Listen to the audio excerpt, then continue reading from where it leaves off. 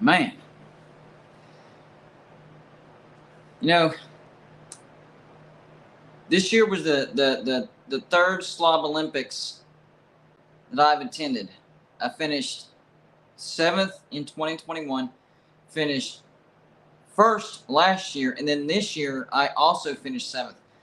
But man, I do not remember being this sore. I am definitely.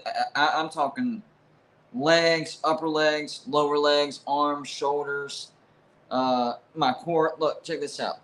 I have a heat wrap on. My core is killing me. Core is killing me. I think it was the sand, to be honest with you. I didn't realize.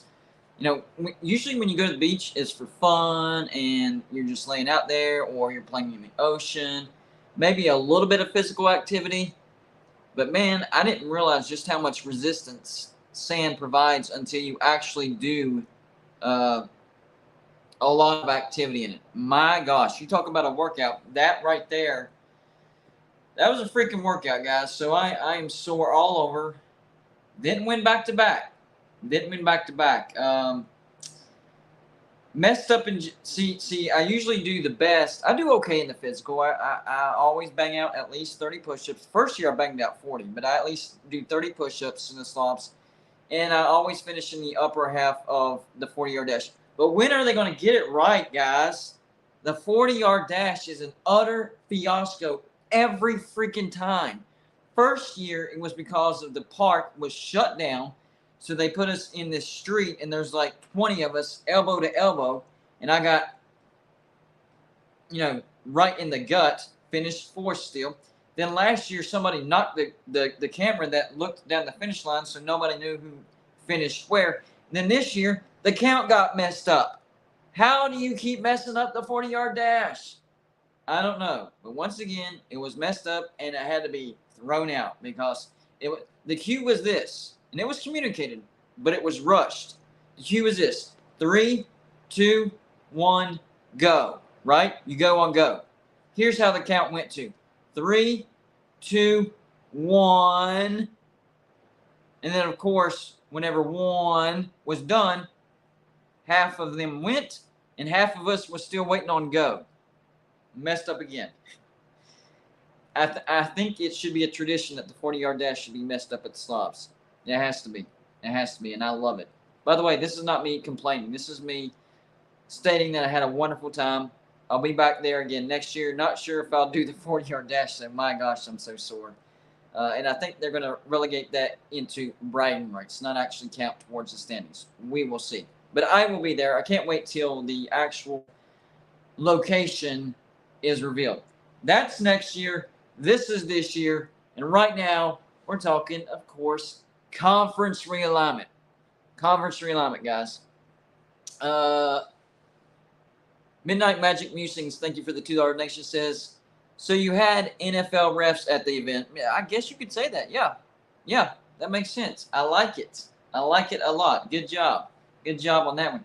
Which, by the way, we've had a pretty good week whenever it comes to people sending in mini helmets. I think this week, just alone, this week we had a total of, I'm thinking 8 or 9 mini helmets. So new teams being, hold on. New teams being represented. Let me get you in the shot. We got Penn State. They're new.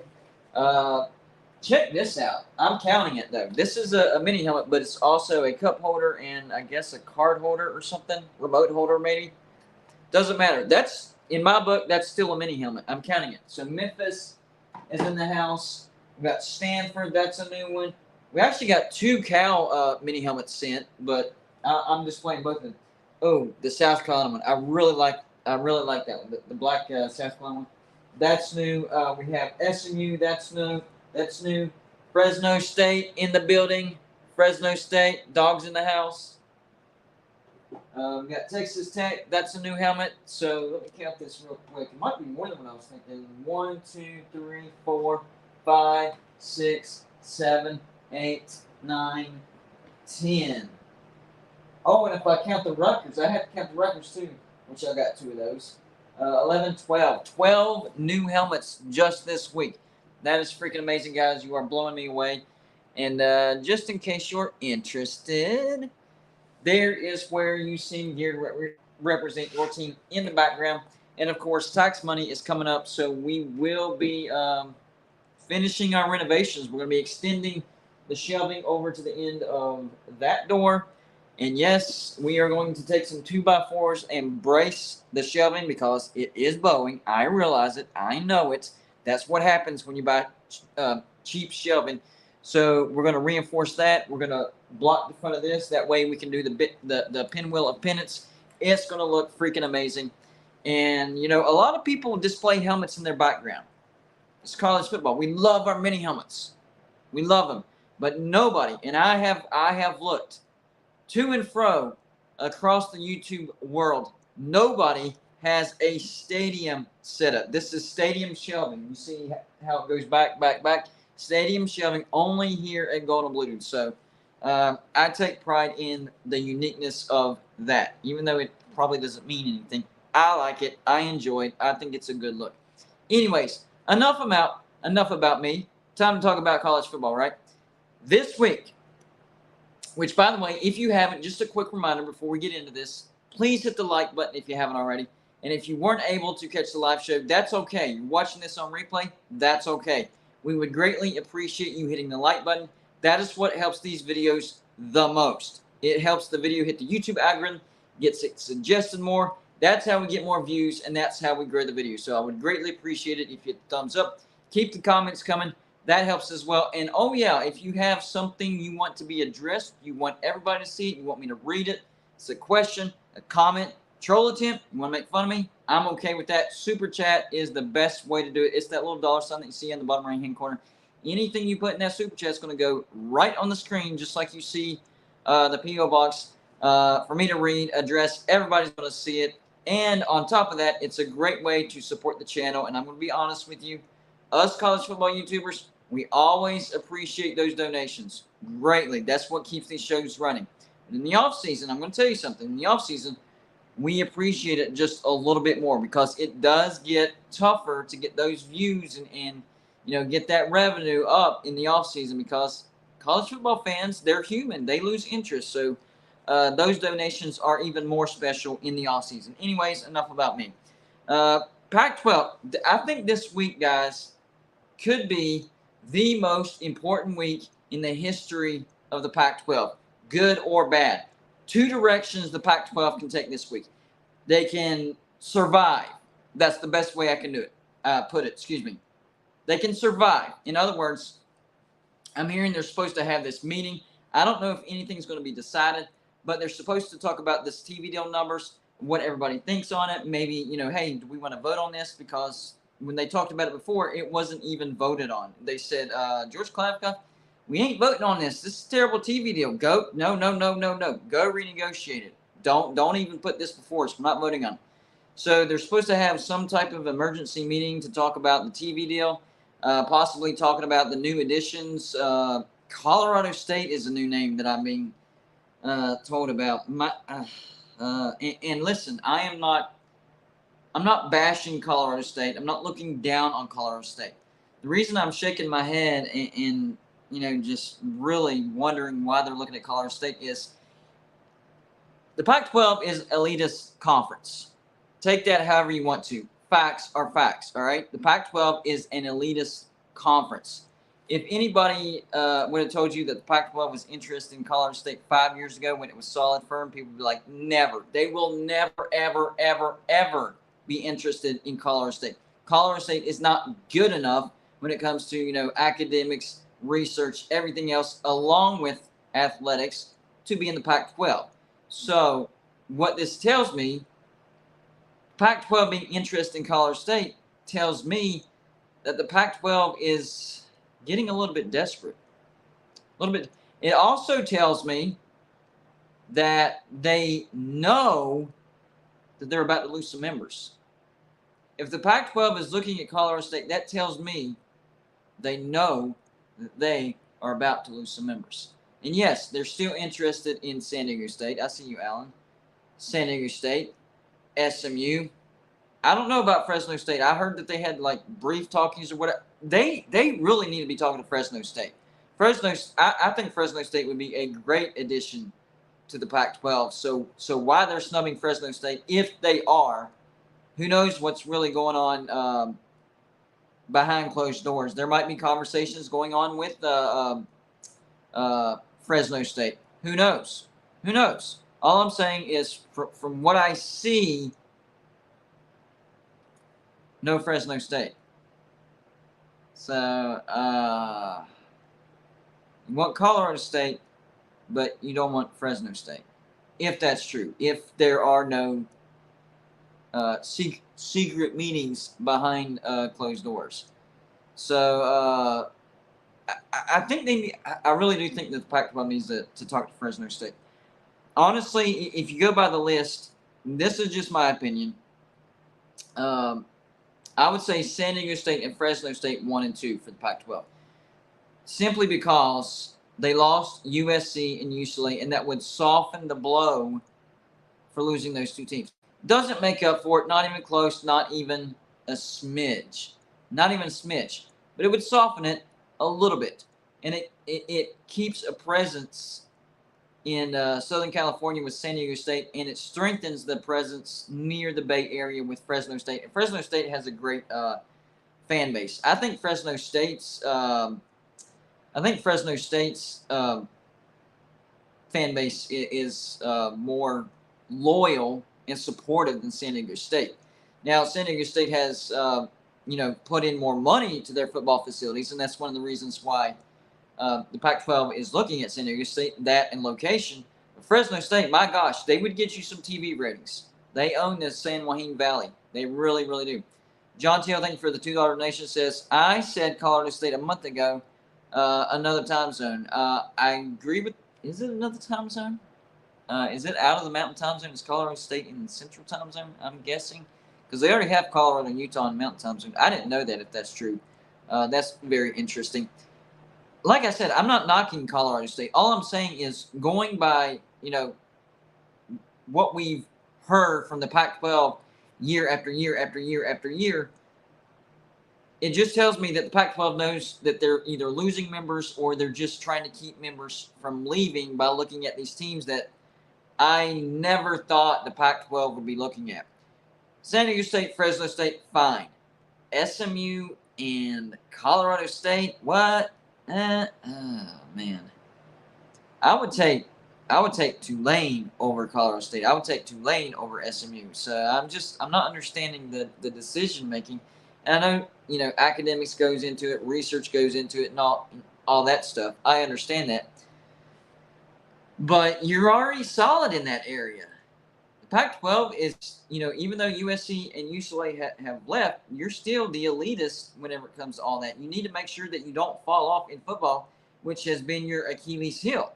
I mean, you haven't been to the playoffs in like 7-8 years. And as long as the Pac-12 stays together, that streak will end. That streak will end. Why? Because of playoff expansion. Top 6 conference champions guaranteed an automatic bid into the playoffs. So if the Pac-12 stays together and they can retain that Power 5 status, they will break that streak. Now, will it be 9 years in a row because they miss it this year? 8-9 years? I don't know. I don't know what that will be. But that streak will end. But you still need to bring in brands that's going to help your football situation. Cal and Stanford, elite academics. Top of the mountain. Best of the best. Doesn't get any better than Cal and Stanford. You have that situation under control, nailed down. All right? But Stanford and Cal suck in football. And they don't get you TV ratings. Not good at all. So, yeah. And what about this? What is the problem in the Pac-12 right now? The TV deal. Getting schools with great academics is going to help your TV deal with football? No. I don't see the math in that. I really don't. I don't see how you would say, well, if we get academic institutions, that's going to help with our football TV deal. Doesn't make any sense to me, guys. How does Colorado State help with revenue when it comes to the TV deal? Somebody explain that to me. And once again, I am not knocking Colorado State. I'm not at all. I think Colorado State is a fine school. I'm just saying it just shows you how far the Pac-12 has fallen, and it shows you that some more things could be coming. They could be looking down the road and realizing, hey, we know we're going to lose members, or hey, if we don't do something, we will lose members. So I don't get these decisions. I really don't. And it starts at the top with George Kliavkoff and the fact that he thought that the Pac-12 was worth as much as the Big Ten and the SEC after losing USC and UCLA, and basically opened the doors for open bidding. In the meantime, Brett Yormark jumped the line, even though the Big 12's TV deal, their old TV deal, ended a year after the Pac-12. He's already nailed down their TV deal, and the Pac-12 still, hopefully we can grab one. I thought this highest bidder thing was going to work. No, it didn't work. Backfired in your face. You think Colorado State's going to get your TV deal locked down? What are you thinking, George Kliavkoff? John Taylor, thank you for the $5 donation, says, Mountain Time Zone. I mean, another from Pacific. I got you. It's not just academics and research. We have to travel. No blue bloods to draft. Grassroots only. And I understand that. That's why I'm saying, if I were the Pac-12, the bottom line is you're trying to strengthen your TV deal, right? Right. Fresno State, San Diego State, Boise freaking State. Boise State. I'm going to say it again. Boise State. I understand their academics aren't very good.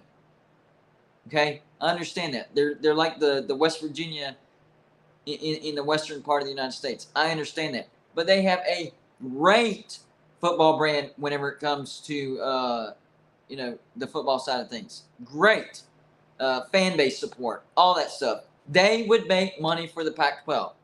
They would. Good to go.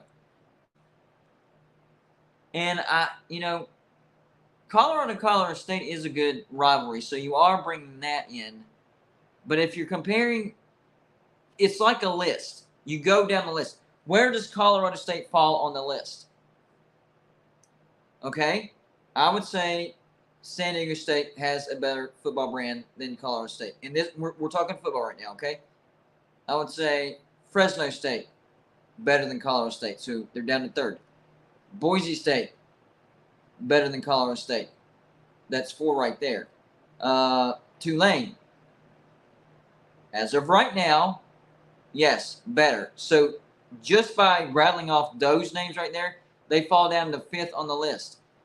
And yet, the Pac-12 is trying to get them in now.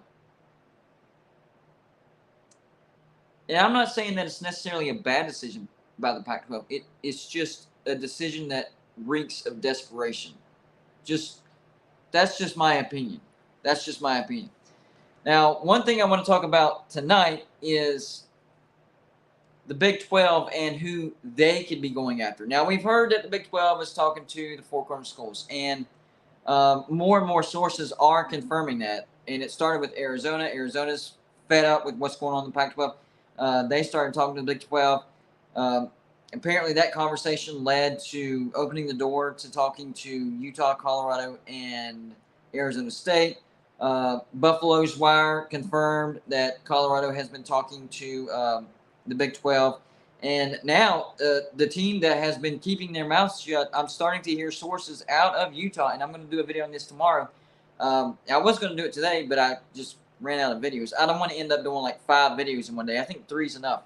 But Utah, several sources confirmed, has been talking to the Big 12. I will do a video on that. And Utah and Colorado are the 2 teams out of the Four Corner schools that you really haven't heard much from. So the fact that I'm starting to hear sources confirm that they're talking to the Big 12, that's a big deal. So we've heard all that, right? But we also know that Brett Yormark is 100% wanting to go with Pacific time zone. And that's what we're going to talk about this evening. John Taylor, thank you for another $5 donation. Appreciate you, buddy. Says they spend in research. That helps to offset if whoever we get can't make the TV money jump. Then it has to come in research. $100 is $100. And I understand that. 100%, I understand that. I just would think that the decisions that the Pac-12 would be making right now would be to help get a better TV deal. Obviously, they're not liking the TV deal, or either the TV deal that was on the table or that's coming up. I don't know. The number that I keep hearing is $22 million per team per year. So if I were the Pac-12, I would be looking for teams to bump that up to at least $25 million per team per year. If you're adding more mouths to feed, that could actually bump it down to like $20 million per team per year. That's what I'm worried. See, I make these videos out of worry. I'm not wanting the Pac-12 to dissolve. I have made that clear. Even though it's in the best interest of the Big 12 to poach from the Pac-12, it is what it is. It's not in the best interest of my team, West Virginia, if the Big 12 expands west. That hurts us more. So these aren't like, I hope the Pac-12 gets dissolved because I've never let. No. I'm actually very fond of the Pac-12, and I hope they continue to exist. And it's kind of a shame that they haven't been represented in the playoffs for so long. We'll see what happens next year, but it's been a while since the Pac-12 has been in the playoffs. And to me, that's sad. I've said this multiple times, but I'm going to say it again. I remember USC in the early 2000s basically dominating college football, and when Texas beat them for the national championship in the early 2000s, that was a monumental upset. That's how good USC was. And I remember Oregon, I think it was the first playoffs that they made, and Washington, and of course Washington got obliterated by Alabama. But just the Pac-12 being represented in the playoffs was just awesome. I love diversity. I love East Coast and West Coast and the middle of the United States all being represented, not just East and sort of Central, stuff like that. Gets kind of same old. Like we're seeing the same stuff over and over. We know that Georgia's going to be in the playoffs this year, and Alabama's going to be in the playoffs. So who else? Well, this year, TCU, the surprise, which was cool. But Michigan, Ohio State, same old. No West Coast representation. It's very, very sad in my opinion. Hoagie, thank you for the $1 $1.99 donation. Says Memphis will be left out again. Not so sure about that. I mean, according to the naked eye, yes, it looks like that. But I'm telling you, I don't see why Memphis would just go out on a whim and decide to pour in $250 million into the Liberty Bowl to renovate it just because they wanted to. Just because, we had $250 million laying around. Let's put it into the Liberty Bowl Stadium, which we can't feel most of the time. Sometimes, every once in a while, but most of the time we can't feel anyways. But, we got this money laying around. Let's do it. No, I have this gut feeling that they got the go-ahead by somebody. ACC? I don't know. Big 12? Doesn't seem like it. Big 12's adding BYU, Houston, Cincinnati, UCF. There's really no incentive for the Big 12 to add Memphis. Pac-12 academics definitely disqualify Memphis. So, yeah, to the naked eye and rationale, doesn't seem like Memphis is going to be invited by a Power 5 conference. But it doesn't make sense why they would just decide to pour in $250 million into a stadium renovation if there wasn't some type of reward, if there wasn't somebody in their ear telling them to do so. Hey, if you can do something with that stadium, we got a spot for you in our conference. It's a gut feeling. I have nothing to substantiate it, nothing to back that up, nothing at all. It's not a prediction. It's a gut feeling telling me about that, about Memphis. Jim Yates, thank you for the $2 donation. Really appreciate it, buddy. But tonight, so Brett Yormark is extremely focused on the Pacific time zone, right? So earlier today, I made a video listing off and basically ranking the Pacific time zone teams that I think the Big 12 has a chance of getting and what they bring to the table. I did leave off Oregon and Washington because I guess, yes, the Big 12 could get Oregon and Washington, but really, what's the point? They're going to end up in the Big 10 no matter what. And actually, I don't see Oregon and Washington using the Big 12 as a stepping stone. Not even that. I think that they will get invited to the Big 10 on a reduced revenue share. Maybe eventually they get full revenue share just like Nebraska. Nebraska just recently got full revenue share from the Big Ten. So it could be something like that. But still, they would make way more money having reduced revenue share with the Big Ten than they ever would as a full revenue share member of the Pac-12, or even an unequal revenue share member, meaning they actually got a larger percentage. Let's say Oregon and Washington said, in order for us to stay in the Pac-12, we need 17%. Y'all can have, whatever the other math is. And maybe it approaches 35, 40 million, which is decent money, more than the Big 12. Well, if they go to the Big 10 and they get lower or reduced revenue share, they're going to make at least 50, 55 million. So even reduced revenue share at the Big Ten is going to blow out any type of unequal revenue share in the Pac-12. And of course, we already know Washington and Oregon have applied to the Big Ten. They were denied last year, but if they agree to a reduced revenue share, I do see Oregon and Washington going to the Big Ten. That's one thing that I think will happen. All right, so they were off the table. Let's see, did I forget anybody? Boise State, a lot of people said, I'm going to ask you guys real quick because I really didn't look into this. If they are, then I'll put them on the list. Is Boise State in Pacific time zone? Just answer that question real quick, and then we can move forward. That's all I need to know. Google it. I don't care. Is Boise State in Pacific time zone?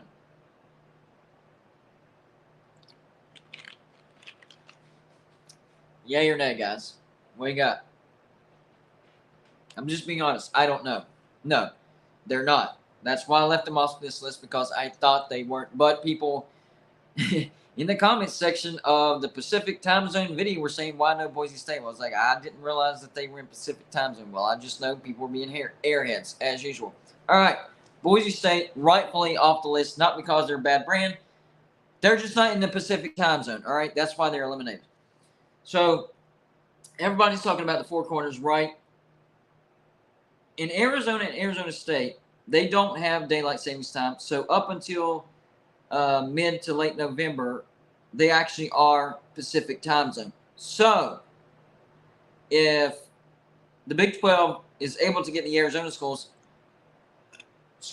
then they do have, technically, they do have Pacific time zone during the regular season. I don't know if that's what Brett Yormark is okay with. I don't know if there's any type of stipulations. I don't know.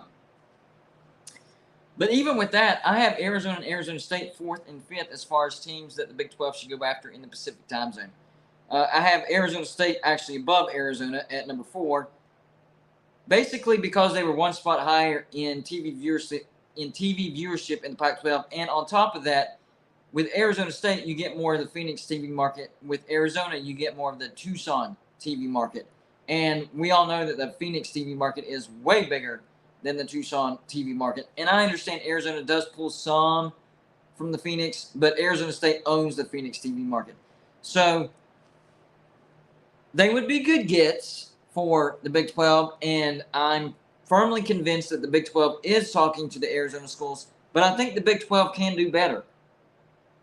There's three, and two of these teams you're probably not going to agree with me because it's, well, if you watched the video earlier, you already know what I'm about to say. Group of 5 team above Power 5 team? Well, there's a reason. I have Fresno State, San Diego State, and Washington State above the Arizona schools. Why? Because Fresno State and San Diego State gives the Big 12 a footprint in the almighty, all-important state of California when it comes to recruiting. Now, if we were talking about like a San Jose State team like that, a scrub team, I would say no. But let me tell you something. San Diego State and Fresno State, their brands are good enough to make that footprint in the state of California worth taking them over Arizona and Arizona State. And I understand getting Arizona and Arizona State would hurt the Pac-12, and let's be honest, that's what Brett Yormark wants to do. But at the same time, if you wall off the Pac-12 and you get Fresno State and San Diego State, you're also starving the Pac-12. So whether you actually pick off members or you wall them off and starve them out to where the teams that they wanted end up not joining the Pac-12. Either way, it's effective. And I just think Fresno State and San Diego State would be better gets because of that big footprint. Seriously. And I think Fresno State and San Diego State have a lot of potential. I really do. Now, don't get me wrong. I'm not looking down on the Arizona schools. They are some great schools. They've played some really good football. But the Fresno State fan base especially impresses me. San Diego State fan base, not so much, but I like the footprint. It's in Southern California, and it would help with recruiting in the Big 12. That's why you look at San Diego State. On top of that, you keep them from going into the Pac 12. So Fresno State, San Diego State, would not surprise me at all if the Big 12 was talking to both, because we know that the Pac 12 is interested in San Diego State.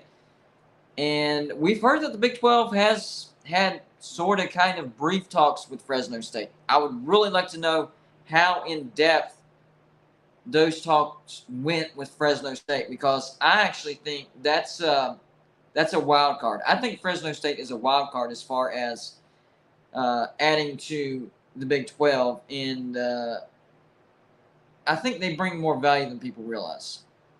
I do. I think the fan base is a fast-growing fan base. Might be bigger than San Diego State's. I know they fill their stadium more. I know they get better TV viewership than San Diego State. And they're in the Bay Area.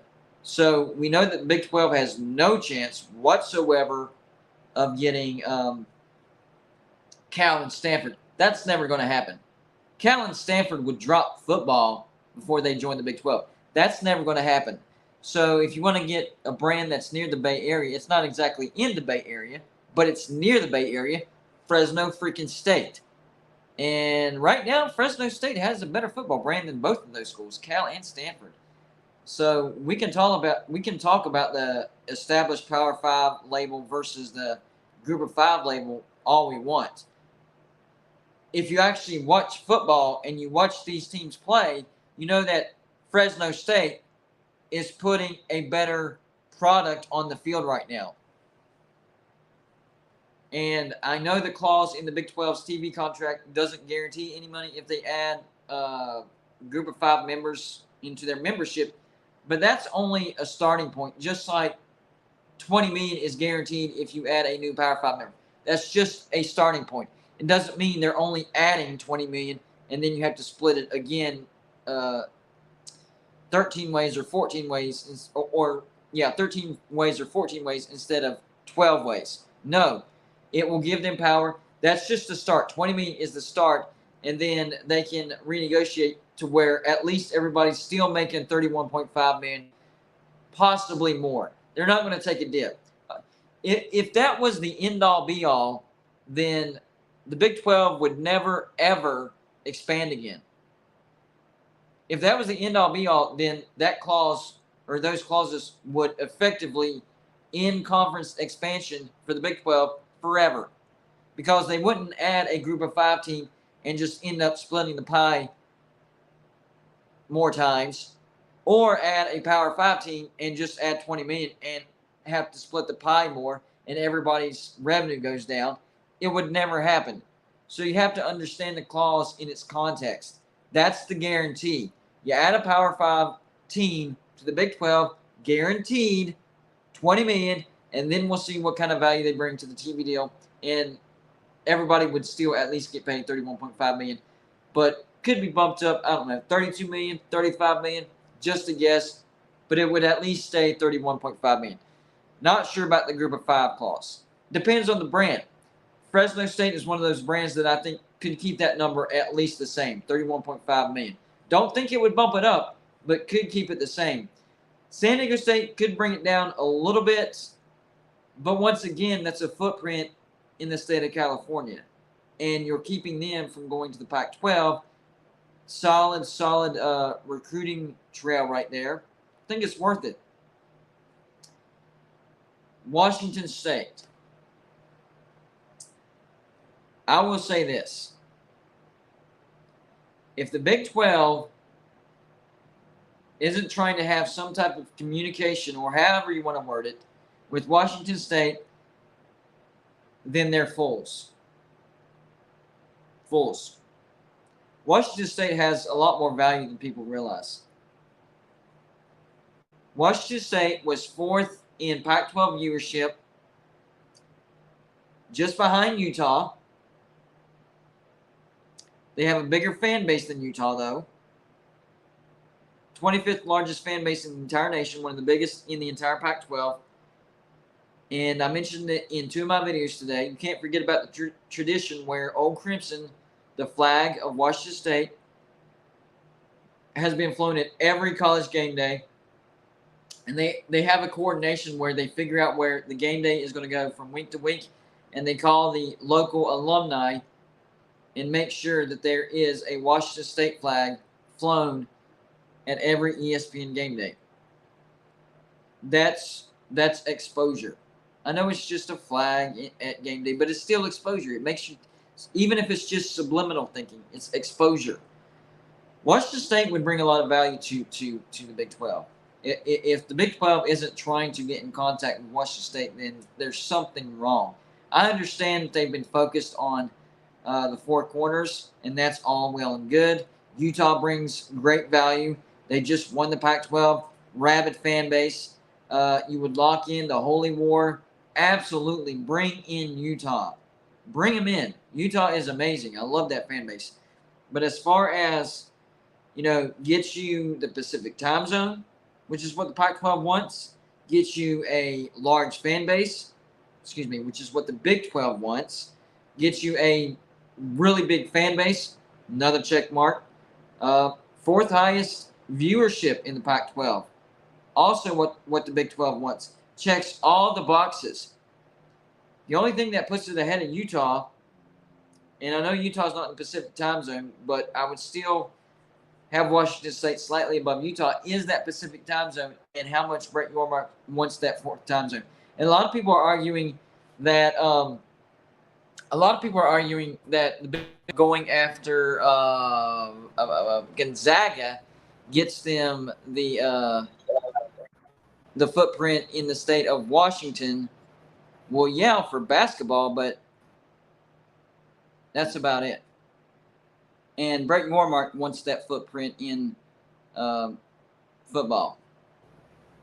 Sonny V, thank you for the $10 donation, says Big 12 should go all in on 4 corners, Wazoo, and the Beavers. I agree with that, and I've heard some rumors that the Big 12 has been talking to 6 teams. Now, that hasn't been confirmed by like multiple sources or anything like that, but I have heard rumors over the past 3 or 4 days that the Big 12 is talking to 6 teams. We know 4 of those teams have to be the 4 corners. Have to be. Because those have been confirmed. So now the question falls to, who are those other 2 teams? Sonny V, I agree with you. Wazoo and Oregon State. Before you go to Oregon State, yes, I do think the Big 12 should be going after Oregon State. But before you get to them, nail down Washington State first and foremost. Big-time brand, big-time fan base, and it gets you that Pacific time zone. Great comment, Sonny V. Good job. David Z, thank you for the $5 donation, says, I love the new Big 12 possible structure. West, Kansas State, Kansas, Iowa State, BYU, Colorado, Utah, Arizona State. East, Baylor, Texas Tech, TCU, Houston, Cincinnati, WU, UCF, and Oklahoma State. I had a brain fart there for a second. I would prefer that the Big 12 doesn't do divisions. I think the scheduling would still be fine. And on top of that, you wouldn't see any type of – I like your comment, and I like those divisions. Don't get me wrong. But I would like the Big 12 to stay away from that because I like conference championships that are between the 2 best teams.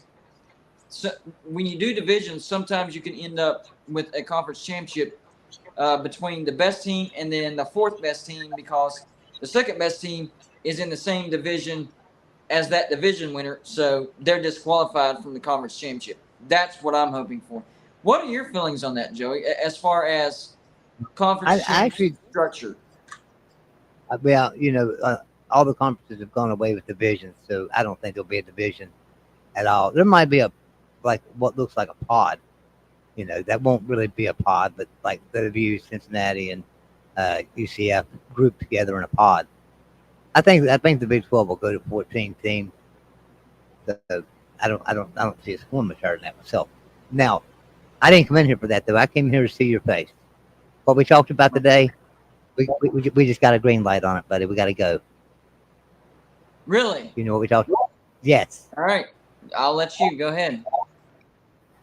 I'm not going to.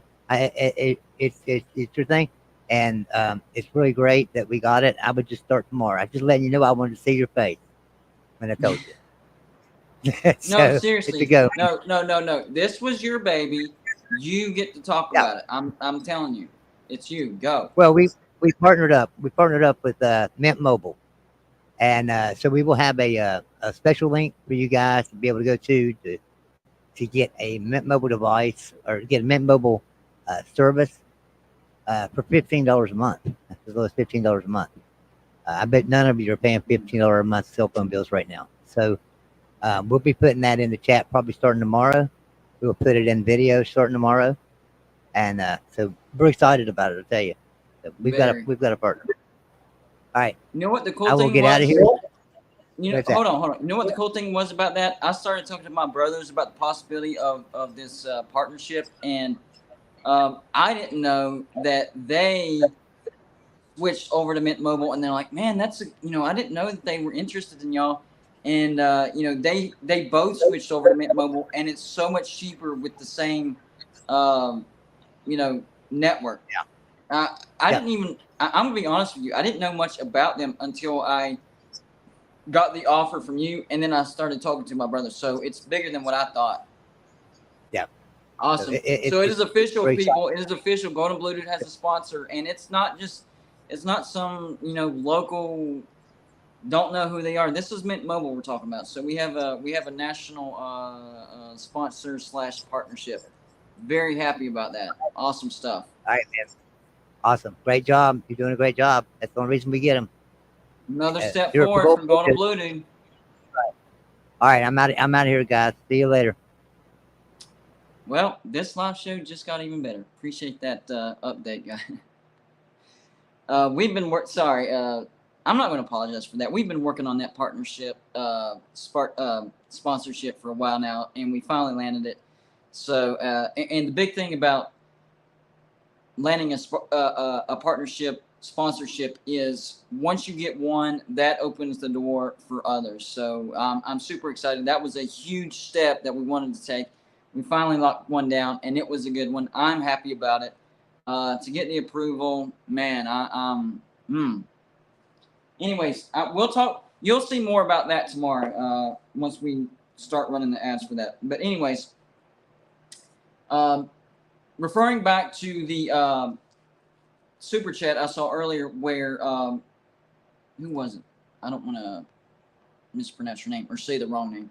Who was it? Which, by the way, here recently, the cool thing is, ever since there's been some talk about Fresno State, we've been getting some Fresno State subscribers. And on top of that, today I received from, was it Robert, the Fresno State mini helmet. So Fresno State is represented. That's really, really cool. I'm telling you, their fan base is bigger than you think. It wasn't David Z. I think it was Sonny V. Yeah, Sonny V. I'm going to bring this back up, buddy. He said Big 12 should go all in, not just go after, but go all in for Four Corners, Washington State, and the Beavers. And I agree with that. I'm actually going to do a video on that. I did one that sort of touched on that, but I'm going to do one on that tomorrow as well because I've heard several people say that the Big 12 is going after 6 teams. That's two more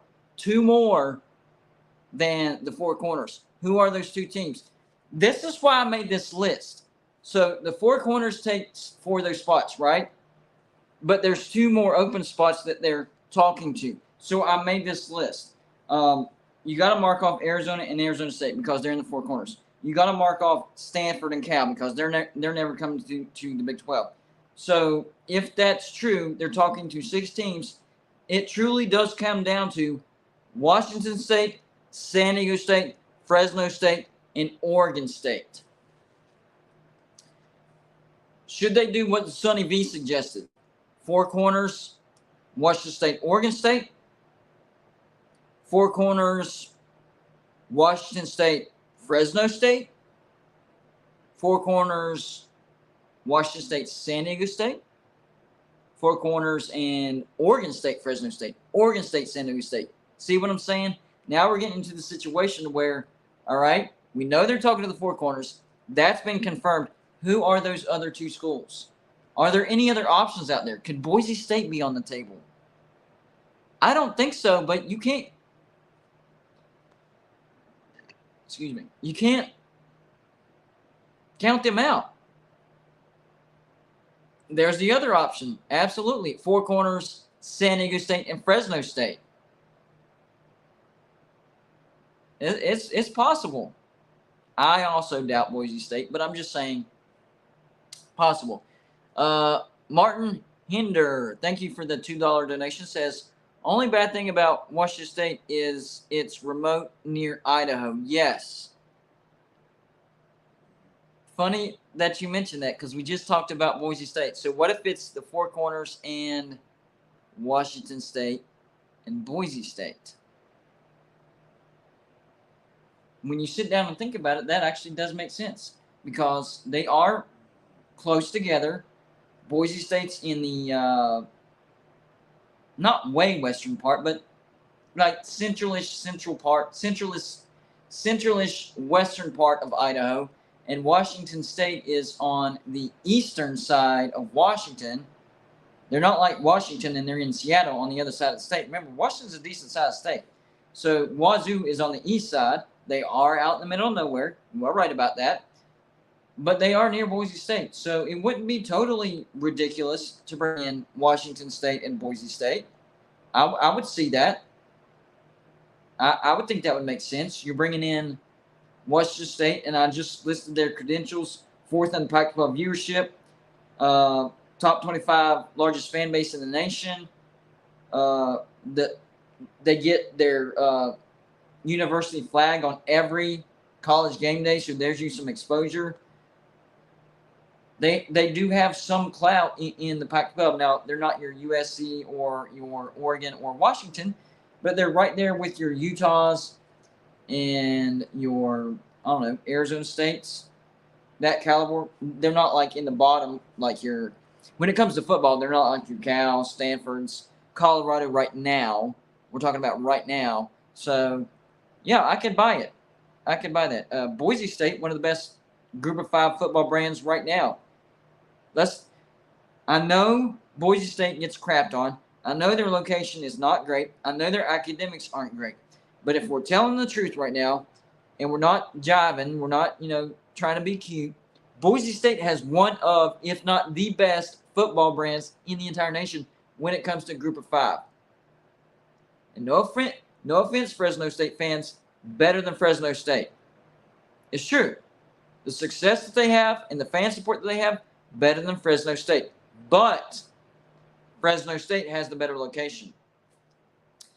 David Z, thank you for the $2 donation, says 4 corners and hold weight for possible East expansion. I like that too. I do, because especially being a West Virginia fan, that's why I keep saying these videos aren't me. Let's hope the Big 12 picks off the Pac-12. That's what I'm hoping for. Let's wipe them off the map. Let's make the Pac-12 extinct. That's not what I'm hoping for. Get a few teams out of the Pac-12, sure, fine, whatever. But what I'm really hoping for is that we go to the East and grab some teams out of the ACC, because the ACC, at best case scenario for the ACC is they last till 2036. That's best case scenario. Worst case scenario is teams figure out loopholes in the grant of rights, or enough of the majority, 8 teams, comes together and votes to dissolve the grant of rights. And then that opens up the floodgates, and teams can go wherever they want. And the teams that the Big 12 can conceivably get that are attainable, that they should get, and I made a video on it today. Number 1, Louisville. Lock down Louisville. The SEC does not want Louisville because of Kentucky and basically everybody else. They already have a presence in Kentucky. Whenever they expand, they usually only get state flagships. Louisville has a great fan base. I'm not trash talking Louisville. This is not me trash talking Louisville. I'm just telling you what the SEC is going to do. They're not going to want Louisville. The Big Ten, absolutely no. Academics, not even close to being what the Big Ten wants. Big 12, if when this scenario happens, and I do think it will, if the Big 12 doesn't go after Louisville, I quit. I quit having faith in the Big 12 making good decisions because that would be a no-brainer decision. And you talk about a mad going to blue, you would see an all-time mad going to blue. I mean, Louisville's I've given you all the stats. Top 4 in ACC viewership. Over 2 million average per game in the last 10 years when it's on a first-tier network. Talking about your ESPNs, your ABC, CBS, all that stuff. Only 4 teams in the ACC averaged at least 2 million a game. Louisville was one of them. And they are the only brand that's attainable out of the ACC that can draw in 2 million views a game. So if the Big 12 didn't try to get them when the ACC falls apart, then the Big 12 is absolute stupid. Arturo Balderas, thank you for the $4.99 donation, says, Memphis should be the only F5 school the Big 12 adds. I think you mean G5. Wrong letter, but that's okay. Memphis should be the only G5 school the Big 12 adds. They need to go after P5 programs right now. I agree with that. But you didn't have to super chat to correct the G5. I got your back, man. I got your back. But I appreciate you supporting the channel. I do. I agree with you. And that's why I kind of sprinkled in that nugget earlier about Memphis renovating their football stadium, pouring in $250 million. Not for no reason. They didn't just have a whim and decide, oh, we got $250 million lying around.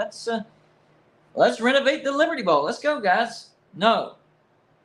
Somebody gave them the go-ahead. The conference that makes the most sense is the Big 12. I still wonder why the Big 12 brought in Houston over Memphis. And I understand Houston has one of the biggest TV markets in the entire nation. But you're not pulling in that TV market. People that live in the city of Houston, they are pro sports fans and either fans of Texas or Texas A&M. There's a few Houston fans in there, but Houston University or University of Houston, however it's worded, does not carry the majority of the city of Houston. Memphis carries the city of Memphis. They have great TV viewership out of the city of Memphis. So I think it was a bad choice by the Big 12 to get Houston. You already had 3 teams in the state of Texas. What did Houston add to the pot? I just don't see it. And I get it. Houston just built a new football stadium, but they don't have the fan support. And I know Memphis has had some tough times. Not consistently, but sporadically filling the Liberty Bowl. But, I mean, it is a 60,000-seat stadium, and they are a Group of 5 program. You put Memphis in the Big 12, they're going to fill that stadium. Now, with the renovation, that capacity is actually going to go down.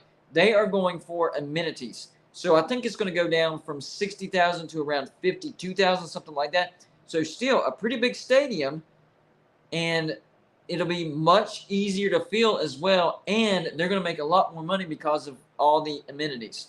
Memphis is really smart in doing this, but they didn't do this unless a Power 5 conference gave them the go-ahead. That's why they did it. I think it's the Big 12. And maybe that's the reason why they took Houston in the first go-around, because they knew eventually they were going to add Memphis. Who they add with Memphis? 4 Corners, plus Washington State maybe, plus Fresno State. I'm telling you, I don't think Fresno State is getting talked about enough, which makes me believe that Fresno State is the choice.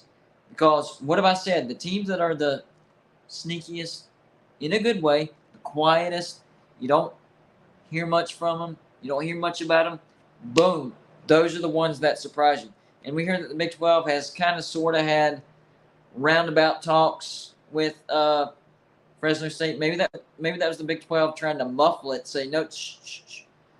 Somebody said we talked, so make it sound as least conspicuous as possible, right? We don't want people knowing this. Fresno State to the Big 12 makes a lot of sense, and I think Memphis would be as well. I do. Four corners. I'm still good with San Diego State. I'm still good with Washington State. As much as I like Oregon State, and I don't want Oregon State to be left out of the Power 5, I don't know. It would have to be the right combination for Oregon State. I guess for Oregon State to make sense in the Big 12, it would have to be the four corners in Washington State and Oregon State. If you're going with Fresno State, I think Washington State would make more sense than Oregon State. If you're going with Memphis, Oregon State definitely doesn't make sense. So, for me, in order for Oregon State to get an invite to the Big 12, it would have to be with Washington State. Otherwise, it just doesn't make sense to me. If they were a bigger draw, then maybe you could use them in a combination with some other universities, but they don't have that big draw. And Oregon State has a great fan base. That's why I don't want them to get left out of the Power 5 conference if the Pac-12 ends up either dissolving or losing its Power 5 status. So I'm just hoping a situation does pop up. Either, even though the Pac-12 loses a bunch of members, they're able to retain Power 5 status and Oregon can stay that way. Or the Big 12 does go with that combination and Oregon State's okay. Because Cal and Stanford, they're going to be fine no matter what. They don't even really care about football. They're only playing football because they're in the Pac-12. If the Pac-12 dissolves and the Big Ten doesn't want them, they're going to drop football.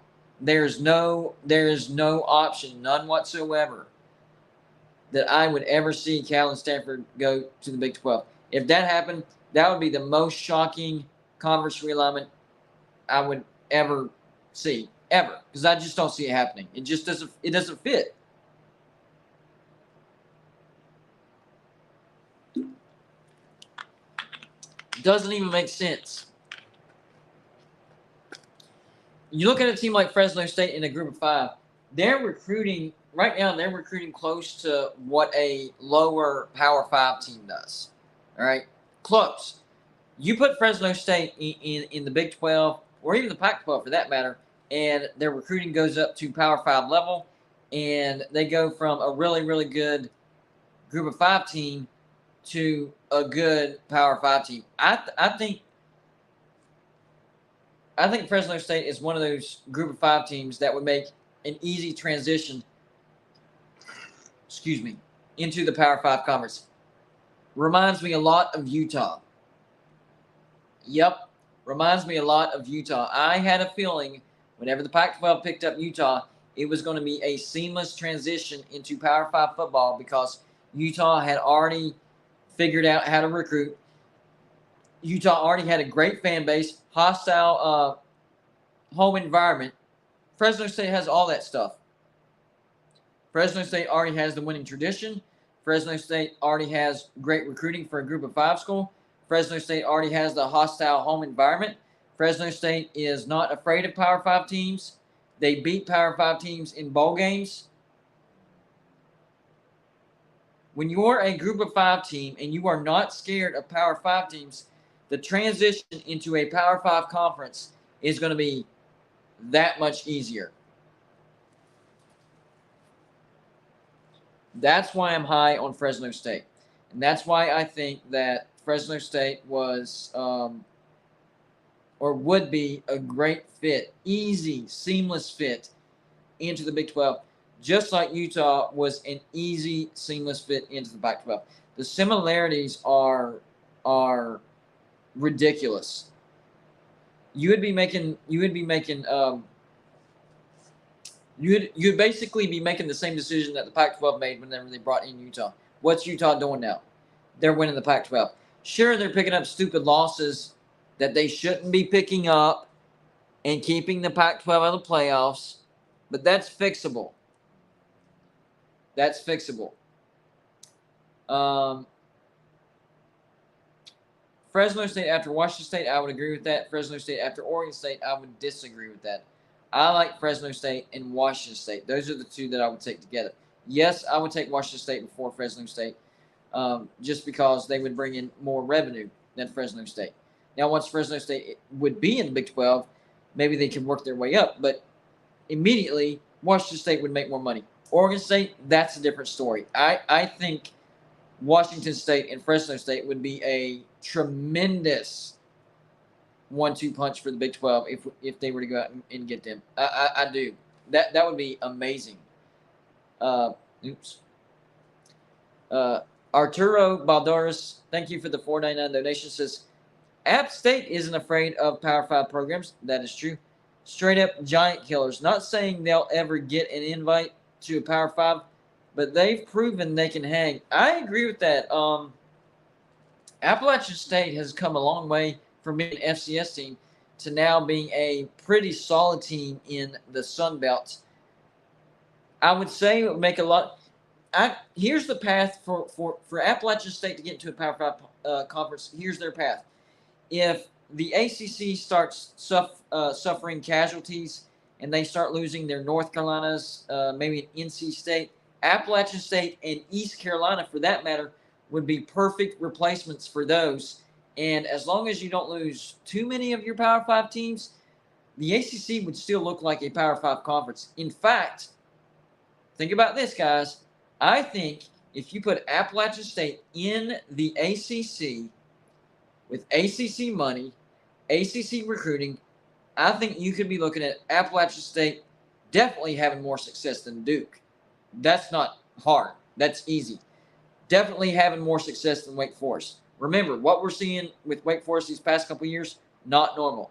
I think Appalachian State could have more success than even that. So better than Duke, better than Wake Forest. North Carolina? Yeah. NC State, maybe not. NC State's been the best football team out of the state of North Carolina. But you put Appalachian State in the ACC with ACC money and ACC recruiting, better than Duke, better than Wake Forest, and better than North Carolina. Call me stupid, call me crazy, call me insane. I don't care. I'm sticking to it. Appalachian State would be a great they would expand that stadium, and could you imagine? I can't remember the name of their stadium. Something Kid Stadium. Crap! I knew the name of their stadium, but I forgot. Something Kid Stadium at 50,000. It's already intimidating right now, and they're under 30,000. I think they're like 25, 28,000. But Kid Brewer nailed it before somebody said something. Kid Brewer Stadium, 50,000 screaming Appalachian State fans. Yes, and it would happen if they joined the ACC. And I think Appalachian State would be perennial contenders for the ACC championship, possibly knocking on the door of the playoffs. Woo. Do you imagine that? Going from FCS giant killers, biggest upset of all time, beating Michigan in the Big House, to being in the ACC and getting into the playoffs. Wow, that would be a heck of a story.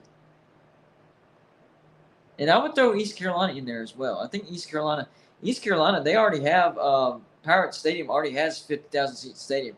They have a massive Group of 5 stadium for a Group of 5 school. East Carolina has an absolutely massive stadium. Kind of reminds me of Louisville. Whenever they were in the AAC for a couple of years, so they were technically a Group of 5 team. They had a ridiculously, for a Group of 5 team, they had a ridiculously large stadium. They've expanded to it since. I think they have over 60,000 now. But East Carolina is sitting. It might be 55,000, but I know that East Carolina has at least 50,000 in capacity. So I would think they would be additions as well. And this goes to show you that these conferences that think they're too good to admit these great universities that are already within their borders, those decisions have come back to bite them.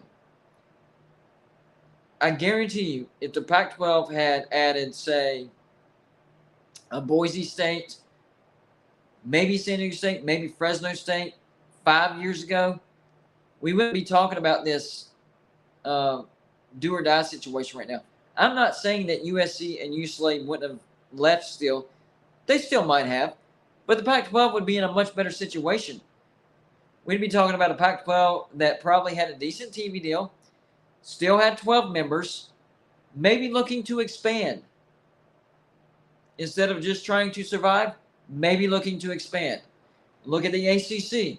Turn their nose up to West Virginia. Yeah. East Carolina. Appalachian State to a certain degree. And they ended up with a terrible TV deal. A stupid grant of rights locked in 2036 that's got all the bigger brands mad. And had they allowed these other great brands in, West Virginia and the ACC, with all those great rivalries, Florida State and Clemson leaving wouldn't hurt nearly as bad. Would it still hurt? Yes. Absolutely it would hurt, but not nearly as bad. You'd still have some big-time rivalries making some big-time money for the ACC, and that TV deal would still be a good TV deal. So it's all these past decisions that are hurting these conferences right now. Pac-12 turning their nose, thumbing their nose to Fresno State, San Diego State, Boise State, hurting them right now. ACC thumbing their nose, turning their nose up to West Virginia and East Carolina, hurting them now. So the Big 12 needs to learn from these lessons in the past and really look into these brands. Fresno State, very valuable brand. Very passionate fan base. Very supportive. Very hostile environment. You give them Power 5 money, sky's the limit. Boise State. They've been trying to prove their worth for 20 years now. They have been proving their worth for 20 years now. Actually, one of the winningest programs in college football for the past 20 years. Hasn't been good enough for the Pac-12 because of their academics. Well, we've seen what happened because of that.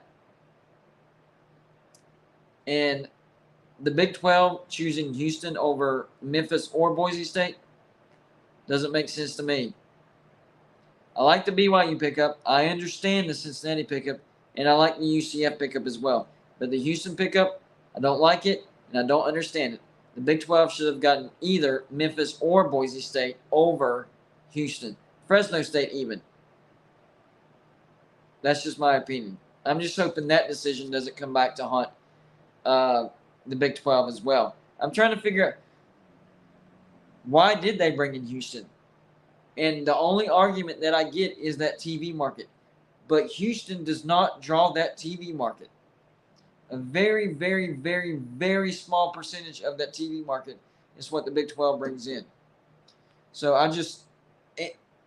already 3 teams in the state of Texas, so it's not gaining a new footprint. It makes absolutely no sense. Larry Pilgrim, thank you for the $5 donation, says, adding California Group of 5 and Boise State would have watered down the Pac-12 in recruiting.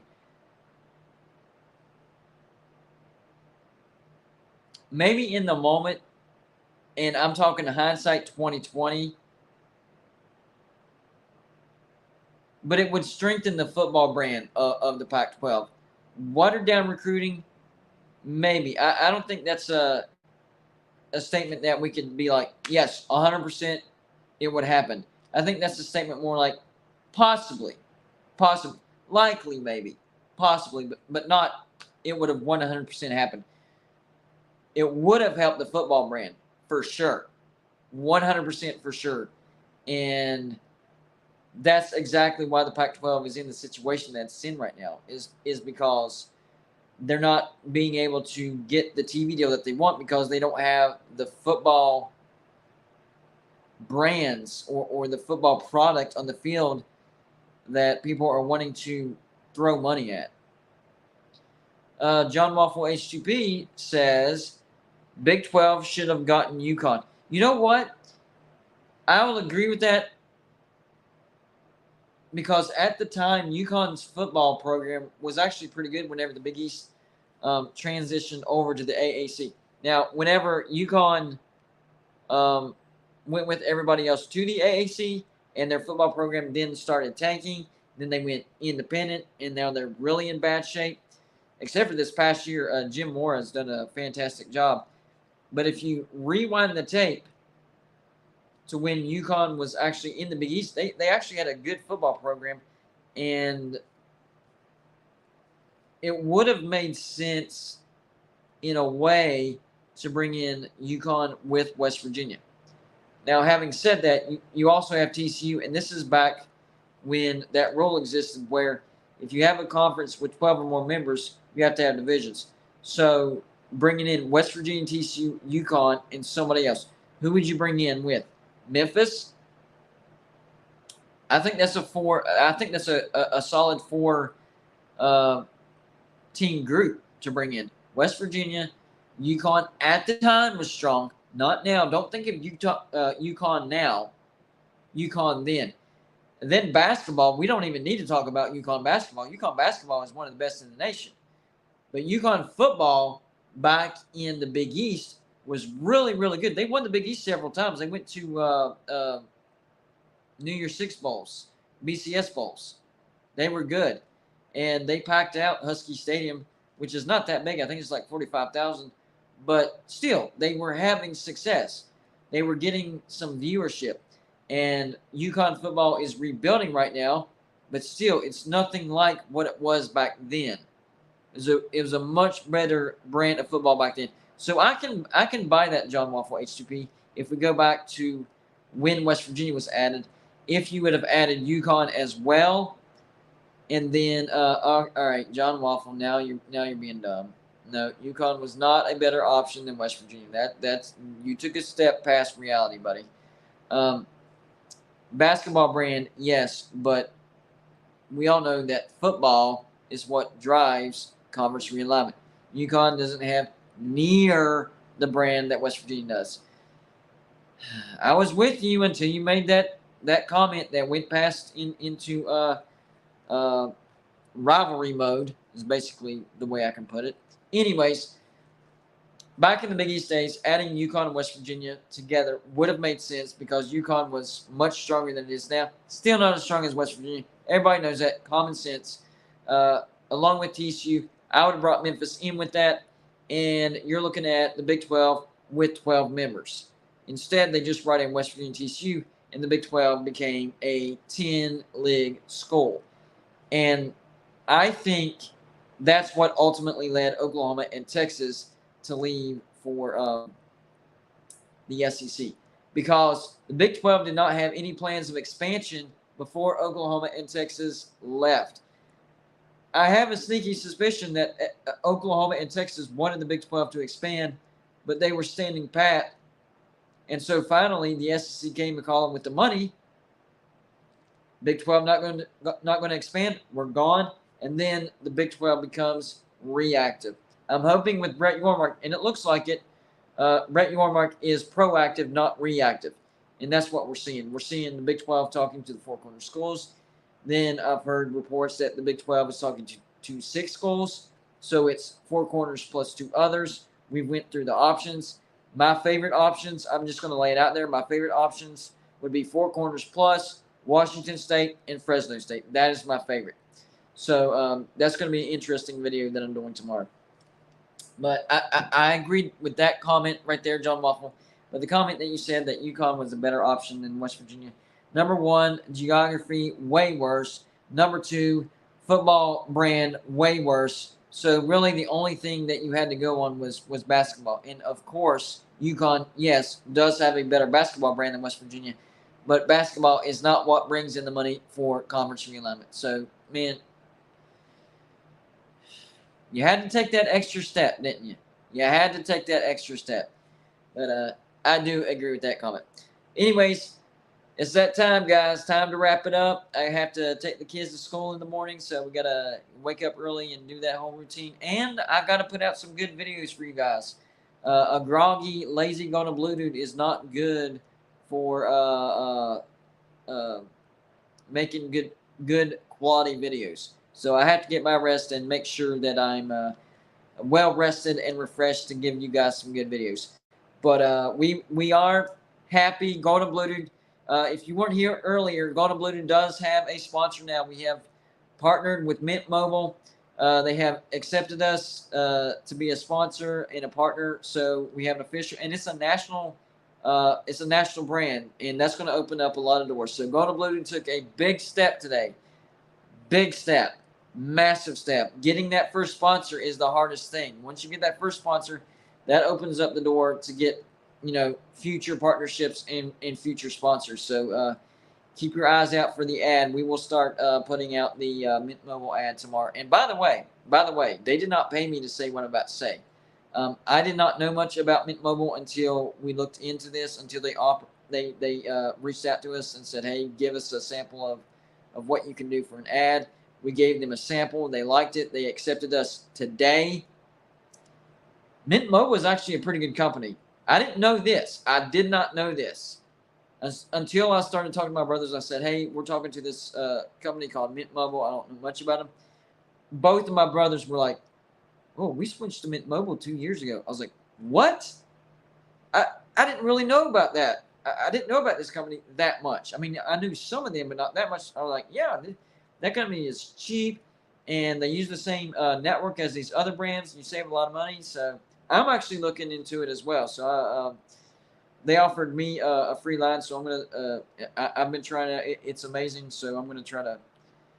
We're still in the contract, so we got to fulfill all that stuff. But eventually, we're gonna try to switch all that stuff over. So it's gonna save a lot of money, and I can't wait to do these ads. And it's official. Golden Bluetooth and Mint Mobile, we are partners. I'm very excited, guys. Anyways, hopefully you guys enjoyed the show. Make sure to hit the like button on the way out. If you weren't able to watch this live and you watched a repeat of this, like button helps hit that YouTube algorithm, gets to suggest more views, all that stuff. So really appreciate everybody's support.